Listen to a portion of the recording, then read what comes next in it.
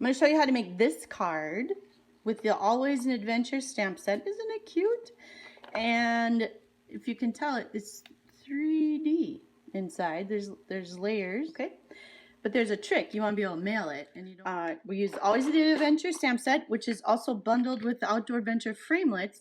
And as I showed last week on my blog, I always trace the framelit so I don't lose it. But that little guy, he's doomed to be lost in my stamp room. So tracing him reminds me he's one of the crowd.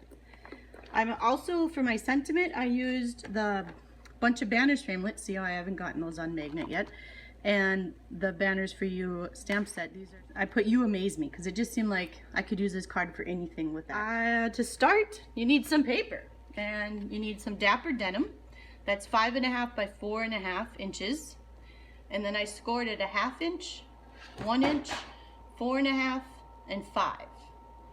Or you can think of it as a 1/2 inch and then 1 inch and then a 1/2 inch and then 1 inch on each side. And I did the same thing with this pool party. So I have 2 identical pieces of cardstock, just in different colors. Then you also need a piece of gumball green, I think. And that one is 5 by 2. Okay. Then I also cut out with the Big Shot, the framelit that's the little trees.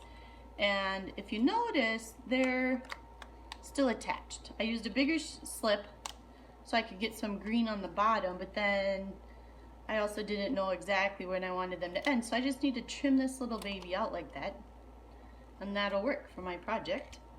And then I also needed, the mountains, which are right here, which I've already taken out of their package. So I've done all that work already.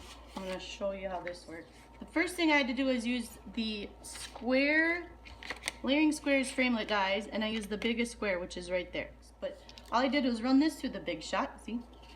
That used to be in there. And now, magic of television, it's not. So what I did is you lay down the pool party, but first you fold it so that these are flexible. You want to fold a mountain and then a valley for the pool party, and then a valley, and then a mountain, like that. Ta-da! And then the same thing on here, but you want to go the other way. So you want a valley, and then a mountain.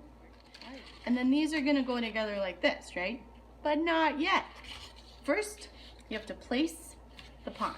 So I'm going to stamp the pond, and I use Night of Navy because it showed up a little better. I'm probably brutal on my ink pad. Then I kind of hold it on there for a little bit. I don't think it does anything different, but I feel better. So now I have my pond, and I just guessed. I just put a pond on there. I didn't overthink it. I didn't measure. I just go. Just go with the flow. And what you're going to do next is take the mountains, and they're actually on the back. So I want to say that, okay, here's the pond, if it sits at the bottom of the card, and then here's the mountains, and they kind of go inside here. They're going to fold a little. That's what makes it cool. So I'm going to put those about there. There we go. Perfection. Done. Now I can recrease it just to make sure it folds okay. By doing that, it doesn't matter if it sticks out a little. And all I did for the trees is make sure that they kind of cover that seam between the mountains and the grass for the pond, like that. And I want this side to kind of line up with that line, if possible. The easy part that looks hard. I'm going to use my tearaway tape, which I rarely tear, and I'm going to put it all the way down this side. And then I'm going to take it and put it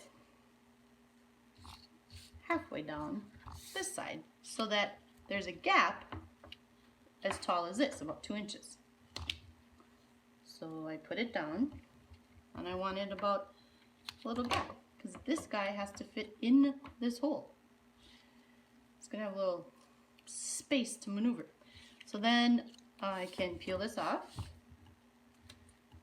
And after I peel that off, ta-da, throw that away. I can stick this so it lines up exactly in this corner. Perfectly. Right, my little trees are lined up. except for the one I tried to chop down. Then I can pull this side off too, but I don't. I need to also make sure this part is stuck to my card, so I'm going to add another little layer here. Just here. That's all it needs. There's things everywhere. Alright, so now this guy is going to go here. Look at that. Later. And then this side, you don't glue, adhere this little flap here. That guy stays hanging loose, but you glue the top part here. You kind of have to bend it a little and make sure it gets there. See? Yeah? And then no glue. So then this part, when it's open, kind of slides in there. See? Oh my gosh, I forgot the clouds. Well, this will be fun. I'm going to stamp my clouds. We're sure going to be able to see them with this card. See? Expert stamping. And if you notice, I did the clouds differently, but they're still cute. And I'm going to use my dimensionals. I happen to have a severe fondness for dimensionals. One, they always stick. They never let me down. Like glue and snail, and especially liquid glue, man, I can make a mess. You probably can see little pieces of glue on my hands from a different thing I'm doing, but. And there's my little bear I cut out. Oh, I forgot. I cut him out also after I stamped him in Early Espresso, and I cut out the tent, and that's pumpkin pie, and then I used the framelits in the Big Shot to cut that out in advance. Here I used Early Espresso and then Dapper Denim to match the paper. So Early Espresso, this is Night of Navy, the Lake's Night of Navy. So all I'm doing is tying a knot. Tie knot. Okay, there's my knot. I like my size even. Now I have a card. Now, you might think, where am I going to write my sentiment? I want to send this to someone. You can write it right here. Lays flat. It's awesome. Or you can just... Well, I hope you enjoyed the Lily ink pad video. I haven't made one for a long time, so I'm out of practice. I'll have to get